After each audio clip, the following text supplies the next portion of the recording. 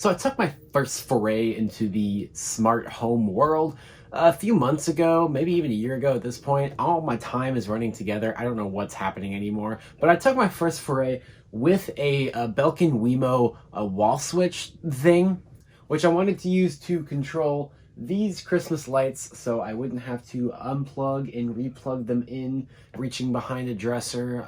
It just made my life a lot easier. Unfortunately, I never uploaded that unboxing video because I stopped recording halfway through because setting them up was such a pain. Nothing was working the way that it was supposed to work. It took me forever. It still doesn't really work the way it's supposed to all the way, but it does. I finally got it to do what I needed it to do. Also, these lights are out because something's burnt. The rest of the ones around the room are working. It's not the Wemo this time. It's the bulbs. I haven't found the burnt out bulb yet, so wish me luck on that. Anyways, for my second foray into the HomeKit world, I thought I would take a look at something with a bit of a better reputation. Eve is a company that a lot of their smart home products are a bit more on the expensive side compared to what other companies offer, but from what I've heard, they all work really, really well and are very high quality products. You usually get what you're paying for. The one thing with Eve products I should mention before we get into this unboxing is that all of Eve's products are designed to work exclusively in the HomeKit ecosystem, which is Apple. So whereas a lot of smart home devices are completely cross-platform, these Eve devices will only work with Apple devices. So if you don't have any Apple devices in your life, don't buy one of these. And if you have a few Apple devices, just keep in mind that this won't work with your non-Apple devices you might have around. Check out that quadruple shadow. Only a true professional can pull off something like that. Nah, I'm just kidding. I have no idea what I'm doing with lighting. But this is the Eve Room, which is their indoor air quality monitor thing. As you can see, it tells you exactly what it is. Right on the front, and you can see it works with HomeKit exclusively. That's what says 100% privacy here, because that's kind of Eve's thing, is that they don't send your data off to a cloud service or something like a lot of other smart home devices do. And they try to keep it as locked down as possible, so really only you have your data. And so that's what the thing looks like. Decently discreet. You got a little display there, an e-ink display, I believe, and that's about it. You can see on the top that it's designed in Germany. On this side of the box, you can see it has support for rules, a built-in rechargeable battery, which would be super nice. I didn't know if it took like AA's or AAA's or something, but I'm glad I won't have to deal with that. I just really don't like dealing with non-rechargeable batteries anymore. Also advertises a direct connection, no bridge required. And rules, I believe, is like when you hit a certain temperature or something on here, it can trigger other devices to do certain things in your home. On the left side, you can see here's the Eve app, which is available only on the App Store because these only work with Apple devices. And then you can see the Eve app. You can use this exclusively in HomeKit if you want to. But just there it is, what the Eve app looks like. It doesn't look super impressive to me visually. They could have done a little better, but data-wise, as to what it seems to give you the ability to see and do, I really like. I'm showing that on an iPhone 12, so this must be slightly newer packaging than when this first came out. On the back, you can see you can track air quality in units of VOC. I don't know what those units are. Someone tell me about that. Temperature in degrees Celsius or degrees Fahrenheit, and also humidity, which is a percentage. That's pretty obvious. You can also review past conditions by day, month, or year, which I believe you can only do in the Eve app, but we'll see when we get into it. And choose your favorite layout for the e-ink display. So it is an e-ink display, which is like what you have on like a Kindle e-reader or something like that. And you can see requirements to work. It requires an iPhone or iPad with iOS or iPadOS 14 or newer. So this is the version that came out last year then. Also, controlling it automatically when away from the home requires a HomePod or an Apple TV to use as a home hub, because that's just how HomeKit is set up. That's just with any HomeKit accessory. You have to have an Apple TV or a HomePod on your network, just because of how HomeKit routes data in order to be able to access your devices away from home. Finally, you can see the device works via Bluetooth. I'm not actually sure if it has a Wi-Fi connection then. It might not connect to your Wi-Fi network. It might just connect directly to your Apple TV. I'm not sure. Or HomePod. But you can see the 100% privacy they advertise on the front. No data sent to the cloud. No registration, so they don't even know the product is necessarily yours. And no profiling. So really nothing on the bottom of the box other than the Eve Systems address as well as company name, copyrights, etc., etc. Can't believe Eve's been around since 2012. That doesn't seem right to me. But the copyright goes all the way to 2021, so this must be a very recent packaging of it. Let's move over here where you can see this pulls down. We have little sticker tabs that are sealing the sides of the lid here. So I'm gonna use this knife, which is pretty dull. I left my sharp knives at my college dorm, unfortunately. But I've been making do with this for the last little while. And there we go. So once that opens, you should just be able to slide the inner tray out. Oh, this is tough. There we go. Gotta give it a little shake and then slide out all that easily. And yeah, nothing else in the box, just this box within a box. There's their website, if you're curious. Oh, and on the other side, we get a nice picture of the Eve room sitting on a table. So it folds open like this. Cool. I really like the way this box within the box folds out. Very great presentation. On the left here, you can see this card just slid right in the side here. So this right here already has the HomeKit pairing code. It also has a place to put the room that this product is in, as well as any notes about the product, which is cool. So if you keep your HomeKit pairing codes, you can actually write down here what it is for, which you should keep them, because if you ever need to transfer them to a new home, it's my understanding the only way you can do it is if you keep the code. On the other side of the code sheet is the Eve Room logo, Get Started. So it's a little quick start guide here. So it's just a few steps on how to charge it up, how to download the Eve app, get it connected into HomeKit, and all that fun stuff. And right under where that paperwork was, you can see the Eve app can be downloaded on the App Store. And right on top here, I'll just go ahead and pull out the product itself. So right on the front, you can see that e-ink display, which is telling you that the battery is dead and it needs to be charged. This is a cool thing about e-ink displays, is that it doesn't take any power for it to display anything. It only uses power when the display changes, so it can flash that message right before it dies, and it's gonna keep that forever. Also great for battery life if it's not having to switch very often. So the front around the e-ink display is glass. You have the Eve logo, and there's the display as I pointed out, and there's a plastic cover over it. The side is made out of, I think it's some kind of aluminum. It seems to be a very cheap aluminum, so not quite as high quality as I was expecting, but that's fine. And then the back is plastic. You can see it has these little mounting holes that you can use to mount it. I don't think there's any mounting equipment included in the box, but you can probably buy some separately or DIY it. There's just some regulatory information, and then bum, bum, bum, bum. So yeah, I was really hoping this would charge with USB-C. I had no idea what it charged with. It seems to charge with some sort of micro USB. I always get confused with those kinds of cables, but I really hate them. And it sucks I'm now going to have another one of them hanging around. Then there's just another HomeKit pairing code that's on a sticker on the bottom. Next in this box, I'll pull out the dreaded micro USB cable here. So it's twist tied. Pretty good. Pretty well twist tied, actually. All right, got it. This actually comes with a decently long cable for a device this small. This is actually the same length cable as like the lightning cable that you get with an iPhone out of the box. So that's nice, considering this is like the only cable I'll use to charge this, because I think it's like the only micro USB cable or whatever exactly this is that I have. And then the other end goes to USB-A, so not USB-C. So I can't plug it directly into my computer. For a company that only makes home accessories that work with Apple products, you would think that they have slightly more Apple-friendly charging method here, since nothing in the Apple universe uses this connector, and the actual USB connector, USB-A connector here, has been phased out of the Mac line for years at this point. Just doesn't make sense to me, but we'll make it work. So behind where the Eve room itself was, is just the Eve logo embossed into the back there.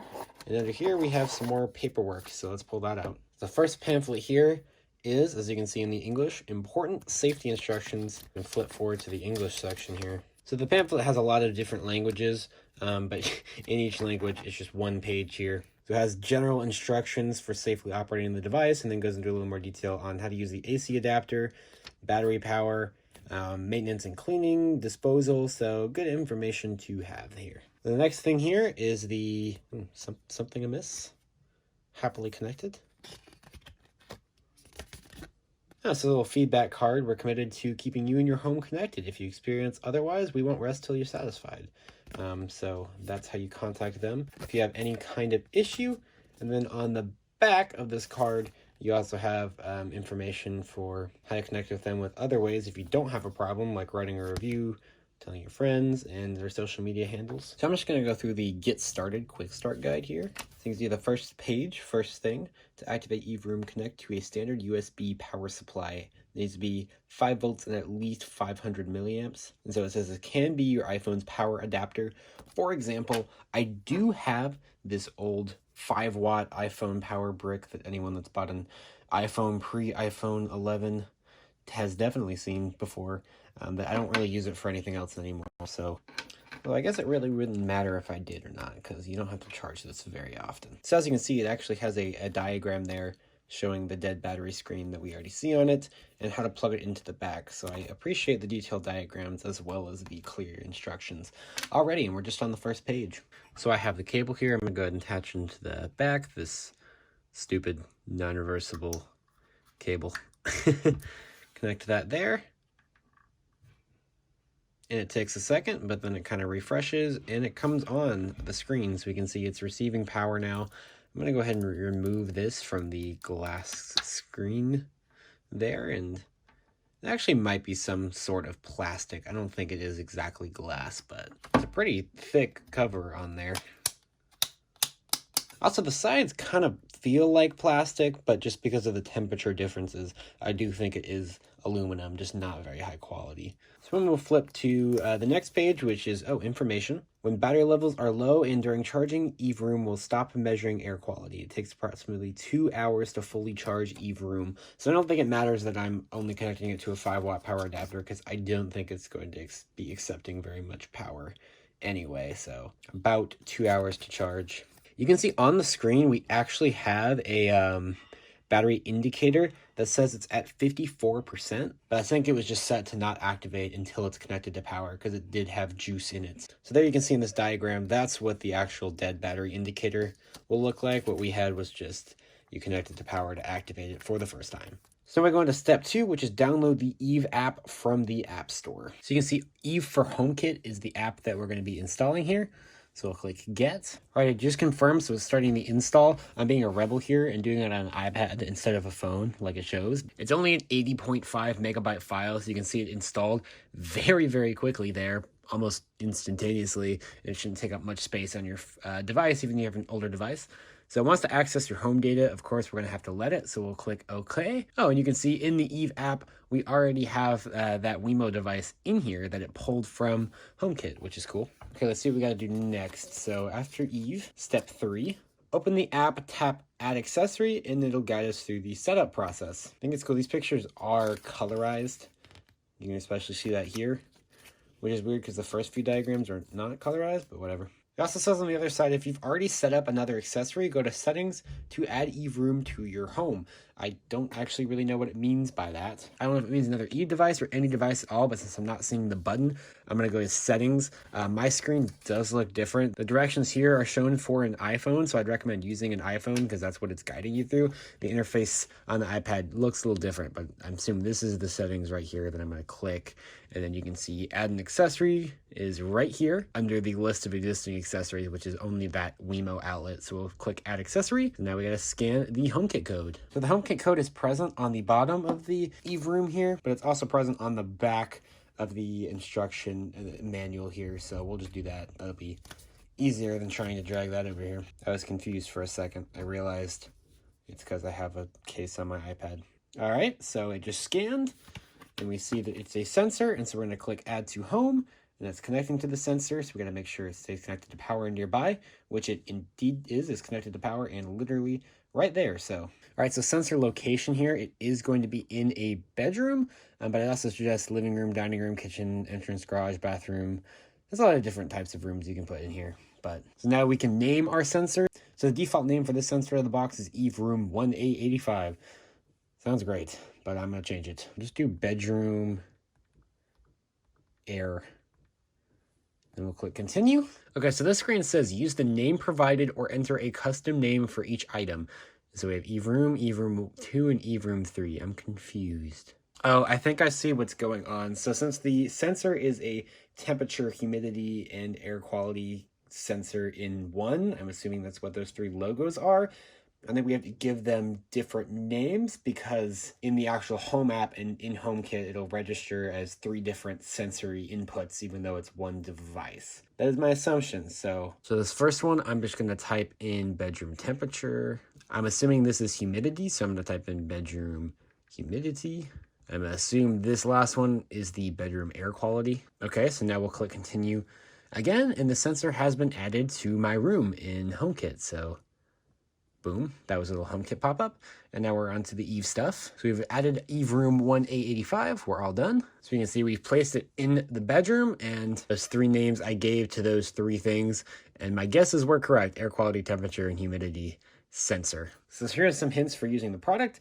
You need to place it upright on a flat surface, connect to power for at least 2 hours, and air quality measurements will be available once the battery is fully charged. It also says it takes about a day to calibrate, and after half a day, you should expose it to clean air for a few minutes.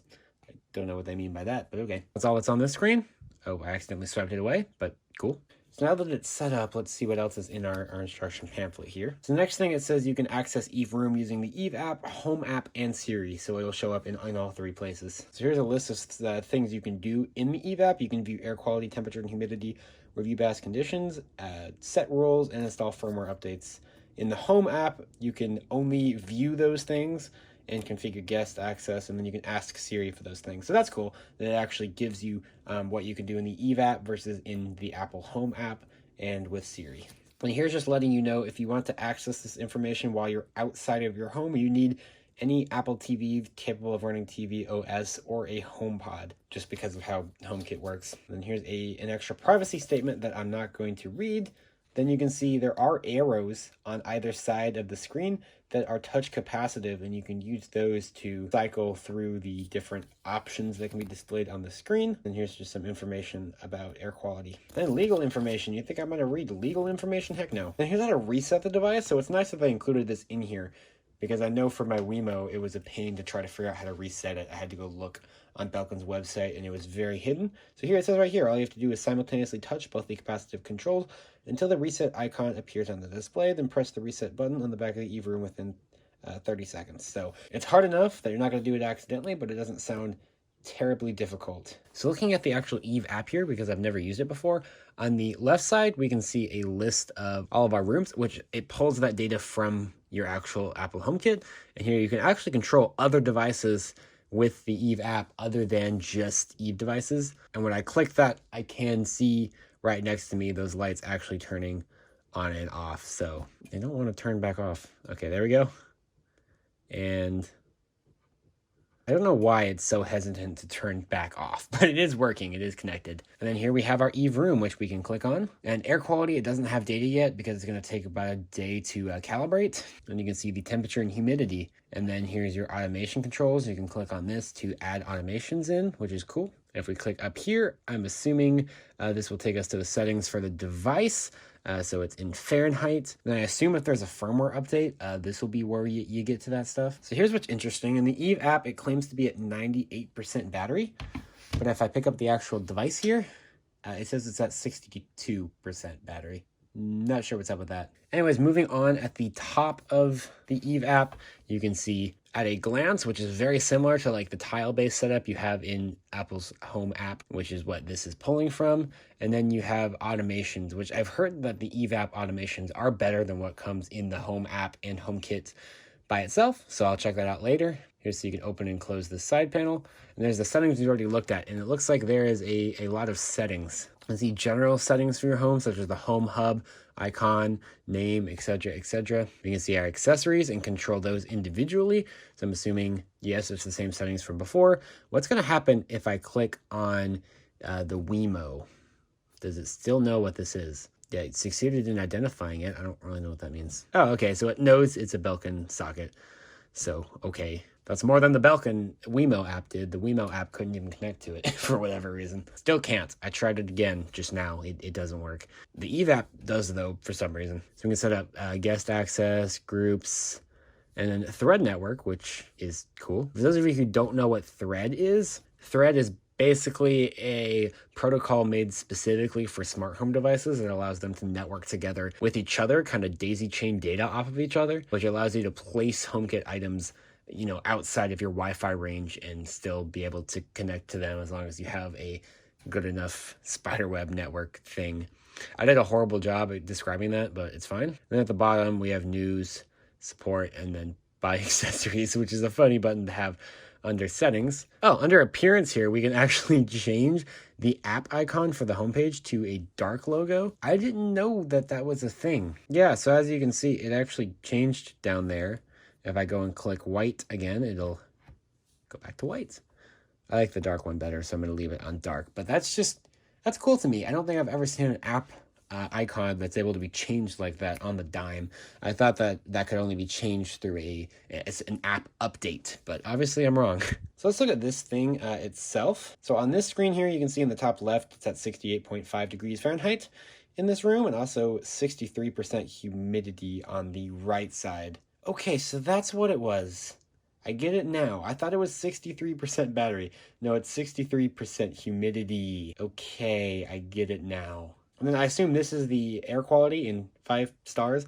I'm not familiar with the air quality units, so yeah, I have no idea why my humidity is 86% right now, but I did look in the Eve app to confirm that that was indeed the humidity. But here you can see how I was easily misled to believe that that would be 86% battery charge, and I was assuming that it wasn't charging right, because you can see the percentage right next to the battery icon, but that's just the humidity. It's just a kind of confusing setup. Maybe they'll fix that in future iterations. All right, so I'm trying to press these capacitive arrows, and they're not actually doing anything. So I think I figured out these capacitive buttons now. It's not a light touch like most capacitive buttons. You got to get quite a bit of your finger on there, and you got to kind of push a bit, and there you go. Okay, so come to find out later that you actually switch between the screens by pressing and holding for a second, and that was the problem I was running into. So it has nothing to do with the pressure I was pushing on the screen with. As you can see, I'm like barely touching, and I just hold it for a second, and that'll move between the screens. So that was my problem, and it's solved now, so yippee. So you can basically cycle through what is prevalent here. So here you can see the air quality is prevalent, and you can see the temperature and the humidity in the 2 respective corners. So the next screen over, you can see temperature becomes prominent with the humidity at the top.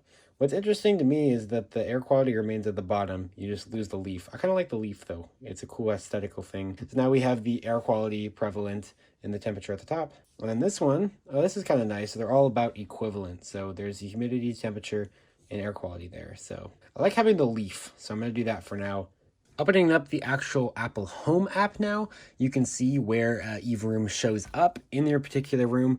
In the top left-hand corner, kind of on the status bar thing. Usually if I turn something on, you'll see that you left a light on here so you can quickly turn it off. But it also shows here the temperature in the room, and then the humidity and air quality are right under it, which is nice that they don't show up as 3 separate devices. And if you click on that, it'll pull up the 3 separate tiles there. When you click on each of these tiles, it gives you a breakdown of the air quality rating, the units being used, and the battery level of the device and whether it's charging or not, that device being this.